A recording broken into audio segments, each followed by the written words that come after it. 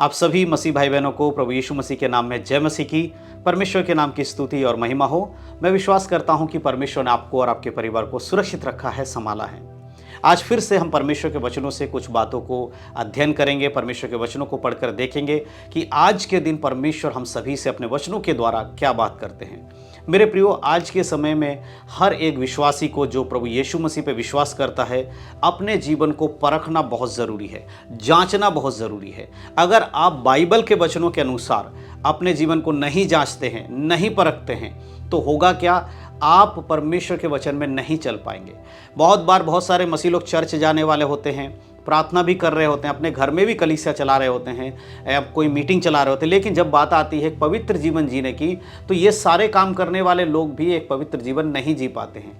और बाइबल हमेशा से ये कहती आई है, बताती आई है कि एक मसीह व्यक्ति के लिए पवित्र जीवन जीना बहुत ज़रूरी है। अब पाप कई प्रकार से किए जाते हैं, पाप का बहुत सारे कारण हो सकते हैं, पाप बहुत प्रकार के हैं। केवल एक हत्या करना या चोरी करना या डकैती डालना या झूठ बोलना ही पाप नहीं है।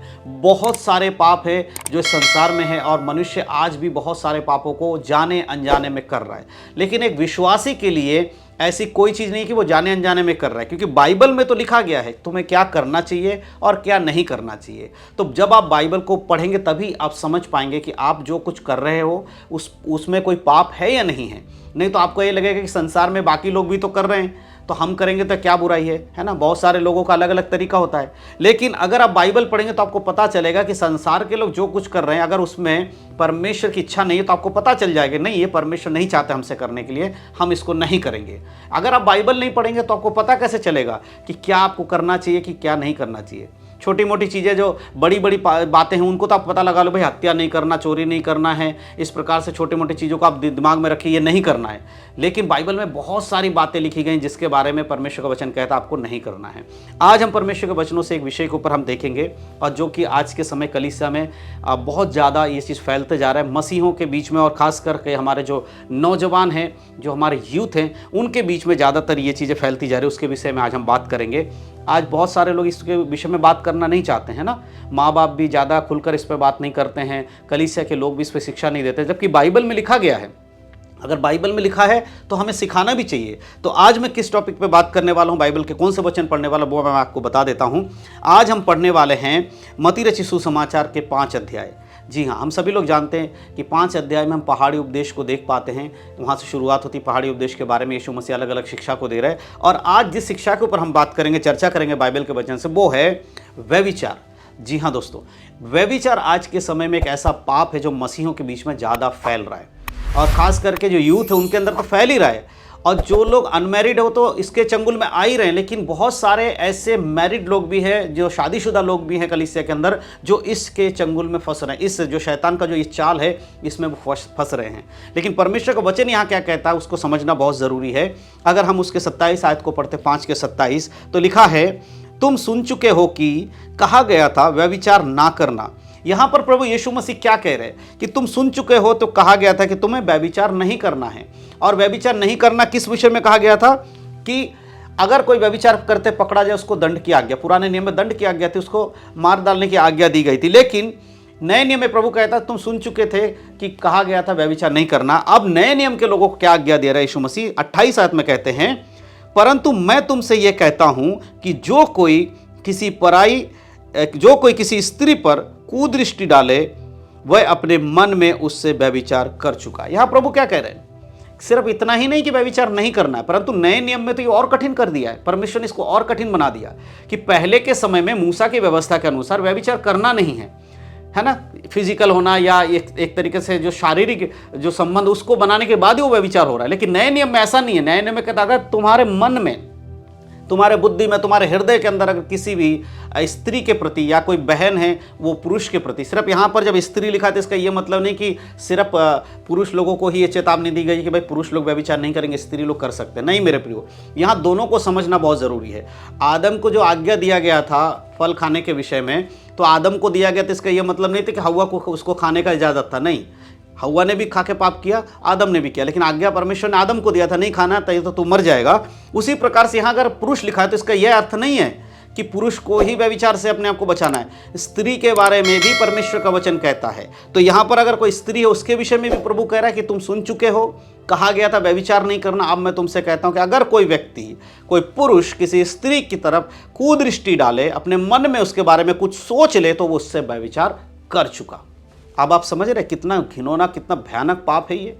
आज कितने सारे लोग, आप जरा अपने आप को जांचिए। अगर आप एक मसीह अपने आप को कहते हैं तो कोई बुरी बात नहीं है कि आपको इस वचन से अपने आप को जांचना चाहिए, और हर व्यक्ति को जांचना चाहिए। इस वचन के अनुसार सबको अपने आप को परखना चाहिए। क्या हमारे मन में कभी कोई ऐसा, किसी और को देखकर हमारे मन में कोई ऐसी व्यभिचार वाली बात आई है? अगर आई है तो याद रखिए कि आपसे व्यभिचार हो गया है, आपने व्यभिचार कर लिया है, क्योंकि बाइबल कहती है व्यभिचार कर चुके हो। तो आप करना क्या है? अगर आपसे व्यभिचार हो गया तो जाने में अनजाने में अगर किया है तो क्षमा मांगिए प्रभु से। प्रभु, मुझे वचन नहीं पता था इसलिए मुझसे गलती हो गई। अगर वचन पता होने के बाद भी आपसे गलती हो तो भी क्षमा मांगिए। मेरे प्रियो, इसको छोटा मत समझिए कि ये कोई बात नहीं, चलो आंखों से देख रहे हैं तो कोई फिजिकल थोड़ी कर रहे हैं, शारीरिक संबंध थोड़ी बना, आंखों से ही तो देख रहे हैं। नहीं मेरे प्रियो, वचन क्या कह रहा है? देखने से भी आप व्यभिचारी बन जाओगे, और व्यभिचारी लोग परमेश्वर के राज्य में प्रवेश कर पाएंगे। अब आप सोचिए, आप इतने बड़े कलीसिया में जाने वाले लोग हैं, आप इतने अपने आप को विश्वासी कहते हैं, अपने आप को पवित्र कहते हैं, इस पाप में कई बार लोग चूक जाते हैं, क्योंकि एक ऐसा पाप है जो दुनिया नहीं देख सकती। व्यभिचार एक ऐसा पाप है जिसे संसार के लोग नहीं देख सकते। आपके पास्टर को भी नहीं पता होगा, आपके घर वालों को भी नहीं पता होगा, आपके दोस्तों को भी नहीं पता होगा, आपके पड़ोसी को भी नहीं पता होगा, किसी को नहीं पता होगा, क्योंकि वो तो आपके मन में हो रहा है, वो तो आपकी आंखों से हो रहा है। आप किसी को बोल थोड़ी रहे हो, किसी को करके थोड़ी दिखा रहे हो, किसी के सामने थोड़ी कर रहे हो। इसीलिए ये दुनिया से तो छुपी रह जाती है। लेकिन प्रभु कह रहा है, अगर तूने मन में विचार किया तो याद रख, मैं तेरे हृदय को जांचता हूं, मैं तेरे मन को जांचता हूं। और जब परमेश्वर आपके मन को जांचेगा तो सारी भेद खुल के आ जाएंगी, तब आप कैसे छुपा पाओगे? इसीलिए जरूरी है कि अगर आज आपने ऐसा कुछ किया, आज से पहले किया है, आपके साथ हुआ है, तो क्षमा मांग लीजिएगा परमेश्वर से, और प्रभु से विनती करें, परमेश्वर मुझे क्षमा कर दे, दोबारा नहीं करूंगा मैं ऐसा। इसलिए बहुत जरूरी है इन बातों को आपको समझना मेरे प्रियो। और 29 आयत को अगर हम पढ़ते दिखा है, वहां लिखा है, यदि तेरी दाहिनी आंख तुझे ठोकर खिलाए तो उसे निकाल कर फेंक दे, क्योंकि तेरे लिए यही भला है कि तेरे अंगों में से एक नष्ट हो जाए और तेरा सारा शरीर नरक में ना डाला जाए। है ना? कई बार ऐसी परिस्थितियां होती है, कई बार आप ऐसी जगहों पे जा रहे होते हैं, नौकरी कर रहे होते हैं, या कोई ऐसा जॉब, बहुत सारे लोग कहते हैं कि हमारा नौकरी ऐसा है जहाँ पर हमें झूठ बोलना पड़ता है, नहीं बोलेंगे तो काम नहीं चलेगा, और ऐसा अपने एक्सक्यूज़ देते हैं, बहाने लगाते हैं। मेरे प्रियो, परमेश्वर ने जो नौकरी आज कर रहे हो वो भी परमेश्वर का अनुग्रह है। अगर उस नौकरी को छोड़ोगे तो दूसरी नौकरी भी परमेश्वर ही आपको दिलाएगा, लेकिन आपको स्टैंड लेना पड़ेगा, आपको खड़ा होना पड़ेगा प्रभु के वचन के अनुसार। ऐसे ही व्यभिचार के लिए अगर कोई ऐसी जगह जहाँ पर आप जाते हो तो व्यभिचार होता है, उस जगह से आपको अलग करना पड़ेगा खुद को। कई बार हमें उस जगह से भागना होता है जहां पर व्यभिचार की चीजें हैं। अगर हम यूसुफ के बारे में पढ़ते तो आपको पता होगा यूसुफ के बारे में, जब यूसुफ पोतीफर के घर में नौकर का काम करता था, गुलाम के काम करता था, उस समय पोतीफर की पत्नी ने यूसुफ के संग व्यभिचार करना चाहा, उससे कहा तू मेरे साथ सो ले।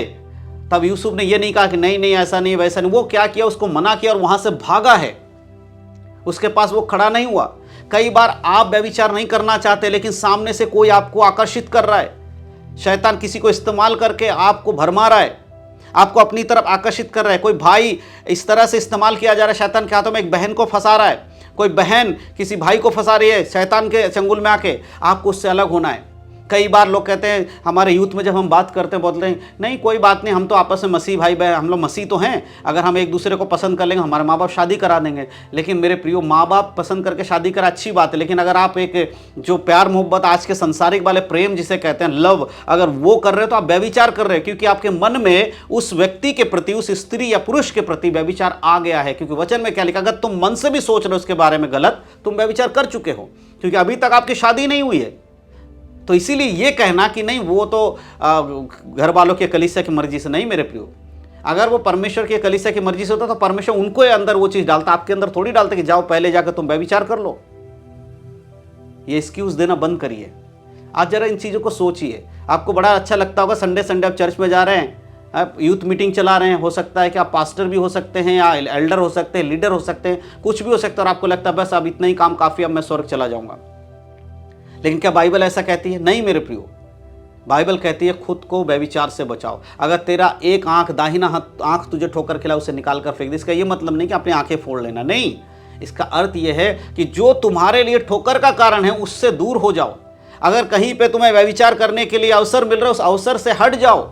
किसी जगह पे तुम्हें आकर्षित किया जा रहा है, उस जगह से अपने आप को हटाइए, उससे दूर हो जाइए। देखिए आपके जीवन में ऐसी कौन सी चीज है जो आपको व्यभिचार में गिरने के लिए मजबूर कर, उससे अपने आप को दूरी बनाइए। इसीलिए प्रभु का वचन कह रहा है कि तेरे सारा शरीर नरक में डाला जाए, इससे अच्छा है कि तू तेरी बिना एक आंख ना हो तो स्वर्ग में जा, वो तेरे लिए बढ़िया है। आप सोच कर देखिए, इतनी बड़ी बात प्रभु यीशु मसीह यहाँ पर कह रहे हैं। और उसके अगर हम 30 आयत पढ़ते, लिखा अगर तेरा दाहिना हाथ तुझे ठोकर खिलाए तो उसे काट कर फेंक दे, क्योंकि तेरे लिए यही भला है कि तेरे अंगों में से एक नष्ट हो जाए और तेरा सारा शरीर नरक में ना डाला जाए। सिर्फ आंख ही नहीं है, हाथ के विषय में भी परमेश्वर का वचन कह रहा है ना। कई बार हम दूसरों पर इल्ज़ाम लगा रहे होते हैं कि उसकी वजह से ऐसा हो रहा है। कई बार आप खुद पाप में गिर रहे होते हैं। कई बार सामने वाला आपको नहीं पाप में गिरा रहा होता, लेकिन आप बहाना मार रहे हैं, आप खुद उस पाप में गिरा और सामने वाले के ऊपर बहाना लगा देते हैं। कई बार लोग पाप करते हैं और शैतान का नाम लगा देते हैं। शैतान हर बार आपका हाथ पकड़ के पाप नहीं करवाता है ना। शैतान भले ही आपके सामने परिस्थितियों को बना देता पाप करने लायक, लेकिन कभी भी वो आपका हाथ पकड़ के ले जाके नहीं कहेगा कि पाप कर लो। शैतान ने हव्वा का हाथ पकड़ के नहीं जाके कहा था कि फल तोड़ के दे रहा हूं खा लो। उनके मन में बातों को डाला और वो उसमें फंसते चलेगा। आज भी ऐसा ही है। हर किसी को देखो, जब भी वो प्रार्थना करने बैठता है एक ही बात, परमेश्वर शैतान से बचाना, शैतान मुझे पाप में गिरा रहा है। शैतान आपको मौका दे रहा है, लेकिन आप उसको क्यों ले रहे हो? जिस तरह शैतान आपको पाप में गिरने के लिए मौका दे रहा है, उसी प्रकार पवित्र आत्मा आपको पवित्रता में चलने के लिए मौका दे रहा है। उसको क्यों नहीं ले रहे? पवित्र आत्मा जो बता रहा है वो क्यों नहीं कर रहे हो? शैतान जो बता रहा है उसमें क्यों चले जा रहे हो? क्यों? क्योंकि वचन की कमी है आपके कारण अंदर। आपको पता ही नहीं वचन में क्या लिखा है ना। व्यभिचार के बारे में सोचना भी पाप है। आप सोचोगे तो अपने मन में व्यभिचार कर चुके हैं। अब आप सोचिए कि आप जो कह रहे हो या कर रहे हो उसमें परमेश्वर की इच्छा है क्या? आज अपने आप को जांचने की जरूरत है मेरे प्रियो। ये वचन ऐसे ही हवा में नहीं दिया गया है, क्योंकि आज के समय में आप खुद जानते हो कि ऐसे कार्य लोग कर रहे हैं। आज बहुत सारे लोग मसीह के वचन से विरोध में जा रहे हैं। क्या आप भी उसी में हैं? आज अपने आप को जांचिएगा, क्योंकि परमेश्वर का वचन हमें इसी बात के लिए कहता है कि खुद को जांचो, खुद को परखो। और वचन कहता है कि तुम सुन चुके हो कि व्यभिचार नहीं करना, और मैं तुमसे कहता हूं कि तुम अगर किसी के प्रति अपने मन में बुरी इच्छा, बुरी भावना के साथ कुदृष्टि भी डालते हो तो तुम व्यभिचार कर चुके हो। मेरे प्रियो, इस बात को याद रखिए। आइए हम एक प्रार्थना करेंगे और परमेश्वर से दुआ करेंगे कि जो लोग भी व्यभिचार में गिरे हुए हैं, परमेश्वर उनको मौका दे एक बार और मन फिराने के लिए। हम प्रार्थना करेंगे। सर्वशक्तिमान पिता परमेश्वर, हम आपका धन्यवाद करते हैं सुंदर समय के लिए जो आपने हमें दिया। प्रभु, आज के इस वचन के लिए हम आपका धन्यवाद करते हैं। जितने भी मसीह भाई बहन लोग इस समय मेरे साथ जुड़े हैं, इस वीडियो को देख रहे हैं, प्रभु मैं उन सभी के लिए प्रार्थना करता हूँ। यदि कोई व्यभिचार में है परमेश्वर, यदि किसी के जीवन से व्यभिचार हुआ है प्रभु जी, तो आज आप परमेश्वर पिता से मन फिराव के लिए मदद कीजिए। परमेश्वर पवित्र आत्मा मन फिराने के लिए आप सहायता कीजिए, ताकि इस पाप से वो छुटकारा पाके प्रभु एक पवित्र जीवन जी सके। और हर एक को प्रभु जी पवित्र आत्मा सामर्थ्य दीजिए, ताकि परमेश्वर अब बुरे चाल से, बुरी चीज़ों से अपने आप को दूर रखे, व्यभिचार से अपने आप को दूर रखने पाए प्रभु। क्योंकि ये एक ऐसा पाप है प्रभु जो आज मसीहों के बीच में बहुत फैलता जा रहा है, और प्रभु जी लोग जाने अनजाने में उसकी ओर खिंचते चले जा रहे हैं। परंतु परमेश्वर आज के वचन को सुनने वाले लोग आशीषित हों और उनके मन में से ये बुरी चीज़ें निकलने के लिए परमेश्वर आप सहायता और मदद करें। जो इस समय प्रार्थना कर रहे हैं उनका मन परिवर्तन होने पाए,